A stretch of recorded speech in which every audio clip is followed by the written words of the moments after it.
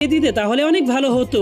যা শোনার পর গরিব লোকটা তাকে বোঝাতে শুরু করে আমার পরিবারে অনেকগুলো মানুষ আছে, যার কারণে এই ছোট্ট মোরগটাকে জবাই করলেও সবাই তার মাংস ভাগে পাবে না। আর যদি আমি তাদেরকে একবার মোরগ খাওয়াই তাহলে তারা প্রতিদিনই মোরগের মাংস খেতে চাইবে। তখন চাচা কিছুক্ষণ ভাবার পর মোরগটাকে নিতে রাজি হয়ে যায়, কিন্তু সে গরিব লোকটাকে একটা শর্ত দিয়ে দেয়। আর তার শর্ত হলো মোরগটাকে এমন ভাবে ভাগ করবে যাতে সবাই খেতে পারে। আর সেই চাচার 2টা ছেলে এবং 2টা মেয়ে ছিল।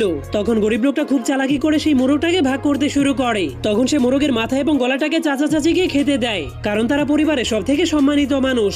আর পাখাগুলোকে 2 মেয়েকে খেতে দেয়, যাতে করে তাদের বিয়েটা জলদি জলদি হয়ে যায়। আর পাগুলোকে তার 2 ছেলেকে খেতে দেয়, যাতে করে তারা মোরগের পা খেয়ে নিজেরা নিজের পায়ে দাঁড়াতে পারে। আর বাকি বেঁচে যাওয়া অংশটুকু সে নিজের জন্যই রেখে দেয়। তখন তার চাচা তার এই বুদ্ধিমত্তা দেখে তার উপর অনেক খুশি হয়ে তাকে হাল চাষ করার জন্য একটা ঘোড়ার গাড়ি উপহার দেয়, যার মাধ্যমে গরিব লোকটা অনেক পরিশ্রম করে কয়েক বছরের মধ্যেই অনেক ধনী হয়ে যায়। যা দেখার পর তার সেই কিপটা প্রতিবেশীর তাকে নিয়ে অনেক হিংসে হতে শুরু করে। তখন সে ভাবতে শুরু করে যদি সেই লোকটা একটা মোরগ উপহার দিয়ে এত